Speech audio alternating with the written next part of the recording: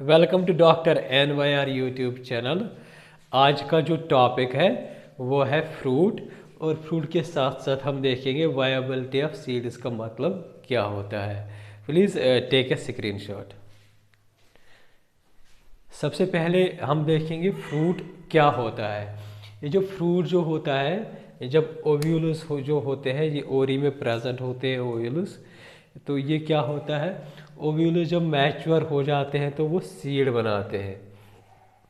तो जो ओरी होती है वो डेवलप होती है फ्रूट में।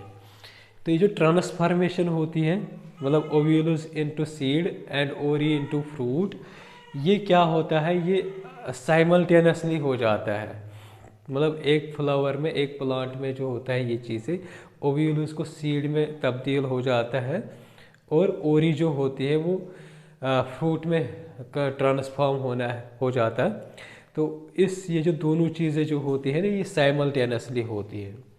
जो वॉल होती है ओरी का, जो ओरी का वॉल जो होता है, ये डेवलप होता है फ्रूट के वॉल में। तो उस फ्रूट के वॉल को बोलते हैं पेरिकार्प। जो फ्रूट्स जो होते हैं, मतलब अगर हम देखेंगे जितने भी फ्रूट्स हमारे मतलब सराउंडिंग्स या मार्केट में मिलते हैं, वो सब फ्रूट्स जो होते हैं वो डेवलप होते हैं ओरी से। मतलब पूरे जो मोस्टली जो फ्रूट्स जो होते हैं वो डेवलप होते हैं ओरी से। लेकिन क्या होता है, तो जो फ्रूट ओरी से डेवलप हो जाते हैं उन फ्रूट्स को बोलते हैं ट्रू फ्रूट्स।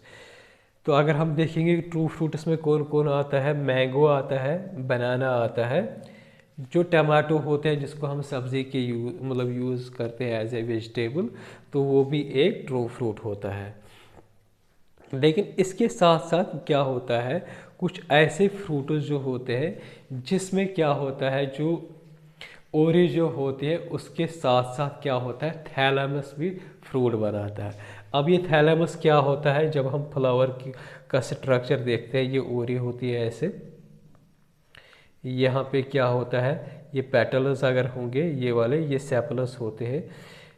ओरी के बिल्कुल नीचे एक स्वॉलन एरिया होता है जिसको क्या बोलते हैं, रिसेप्टेकल। कभी कभी क्या बोलते हैं इसको, इसको थैलेमस भी बोलते हैं। तो ये जो ओरी जो होते हैं, ये ओरी प्लस ये जो थैलेमस जो होता है, जब दोनों चीज़ें जो होती हैं फ्रूट फार्मेशन में आ जाएंगे, उस तरीके का फ्रूट को, इस तरीके के जो फ्रूट जो बनता है उसको बोलते हैं फॉल्स फ्रूट। फॉर एग्जांपल अगर हम देखेंगे फॉल्स फ्रूट में कौन कौन फ्रूट आता है, एप्पल आता है, स्ट्रॉबेरी आता है, कैशू आता है, और बहुत सारे फ्रूट्स जो होते हैं जो फॉल्स फ्रूट्स होते हैं। फ्रूट्स अगर हम देखेंगे, जैसे हम सेक्सुअल रिप्रोडक्शन पढ़ते हैं एंजियोस्पर्म प्लांट्स में, तो ये जो फ्रूट्स जो होते हैं वो क्या होते हैं, जब फर्टिलाइजेशन होती है तो वो फर्टिलाइजेशन के बाद जो होते हैं फ्रूट्स जो होते हैं उनकी फार्मेशन होती है।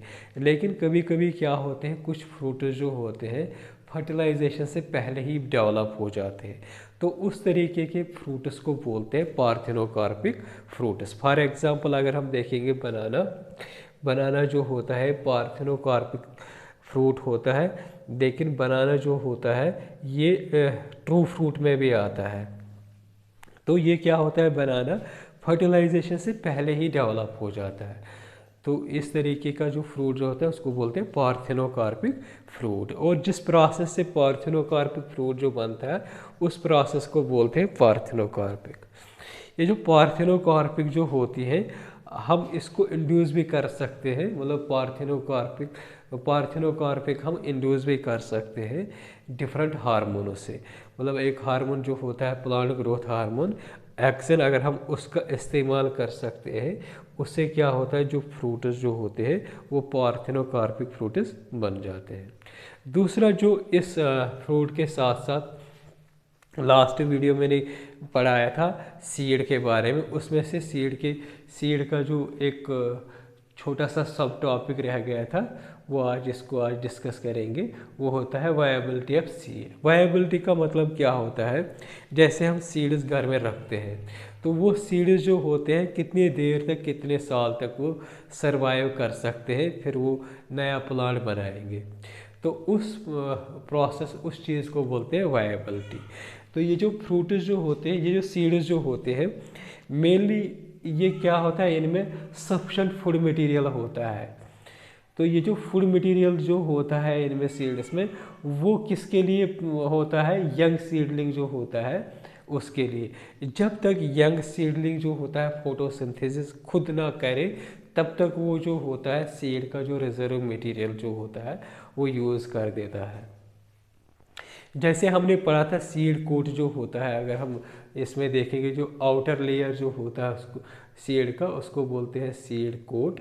तो ये जो सीड कोट जो होता है ये बहुत हार्ड होता है। तो जब ये हार्ड होने की वजह से क्या होता है, सीड कोट जो होता है इस सीड का प्रोटेक्टिव फंक्शन होता है। इसका मतलब ये प्रोटेक्शन फंक्शन करता है एक सीड में। तो ये जो यंग एम्ब्रियो जो होता है उसको प्रोटेक्ट करता है ये सीड कोट। सीड जो होता है अगर हम देखेंगे एग्रीकल्चर के लिए सीड बहुत इम्पॉर्टेंट होता है। अगर सीड नहीं होगा तो एग्रीकल्चर जो हम जैसे एग्रीकल्चर जो होता है उसका मतलब बहुत मुश्किल होता है अगर सीड्स नहीं, अच्छे सीड्स नहीं होंगे। तो ये बेसिस होता है एग्रीकल्चर के लिए।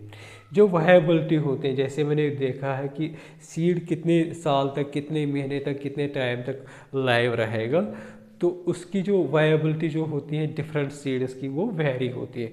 मतलब बहुत डिफरेंट सीड्स होते हैं तो अलग अलग वो वायबिलिटी होती है। एक सीड का अलग मतलब लाइव टाइम होगा, दूसरे सीड का अलग वायबिलिटी होगी। तो ये वेरी होती है, एक जैसे नहीं होती। अगर हम देखेंगे कुछ स्पीशीज़ जो होते हैं सीड्स के, प्लांट्स के सीड्स जो होते हैं उसमें क्या होता है, जो सीड्स जो होते हैं जल्दी मर जाते हैं। मतलब उनकी जो वायबिलिटी जो होती है कुछ ही मंथ्स तक होती है, कुछ ही फ्यू मंथ्स तक होते हैं। लेकिन अगर हम देखेंगे कुछ सीड्स जो होते हैं, लार्ज स्पीशीज़ जो होते हैं बड़े बड़े प्लांट्स के, वो सालों तक मतलब उनकी वायबिलिटी सालों तक वो ज़िंदा रह सकते हैं। और सालों के बाद अगर हम उसको, उस सीड को यूज़ कर सकते हैं तो नया पौधा, नया प्लांट दे सकते हैं। अगर हम देखेंगे जो ल्यूपियन जो होता है, ल्यूपिनस आर्टिकल्स जो होता है, इसको निकाला गया है आर्टिक टुंड्रा। इस आर्टिक टुंड्रा से जब इसको निकाला गया है तो ये ओल्डेस्ट सीड पाया गया है।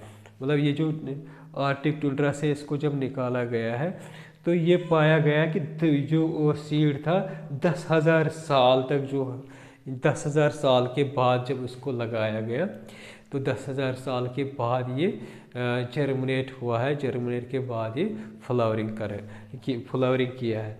तो 10,000 के बाद भी इसने फ्लावरिंग की और नया प्लांट में तब्दील हुआ है। तो इस कुछ मतलब अगर हम देखेंगे डेट पाम जो होता है उसकी जो वायबिलिटी पाई गई वो 2000 ईयर तक वायबल रहता है। मतलब 2000 साल के बाद भी अगर हम पाम डेट लगाएंगे तो वो भी जर्मिनेट होकर नया प्लांट बनाएगा। तो ये मैंने छोटा सा स्ट्रक्चर दिखाया है इसका फ्रूट का। ये वाला जो होता है इसको बोलते हैं थैलेमस। ये आउटर मोस्ट लेयर जो होता है फ्रूट का उसको बोलते हैं पेरिकार्प। तो यहाँ पे मैंने वो मेंशन नहीं किया है। ये जो बीच में होते हैं यहाँ पे ये सीड्स होते हैं, ये यहाँ पे सीड होता है। तो ये वाला जो होता है इनर मोस्ट लेयर जो होता है फ्रूट का उसको बोलते हैं एंडोकार्प। और जो बीच में होता है एंडोकार्प और इस पेरिकार्प को, इस लेयर को बोलते हैं मेसोकार्प। अगर आप लोगों को हमारा ये वीडियो अच्छा लगा होगा प्लीज़ इस चैनल को सब्सक्राइब कर दीजिएगा, वीडियो को लाइक एंड शेयर कर दीजिएगा। Thank you very much.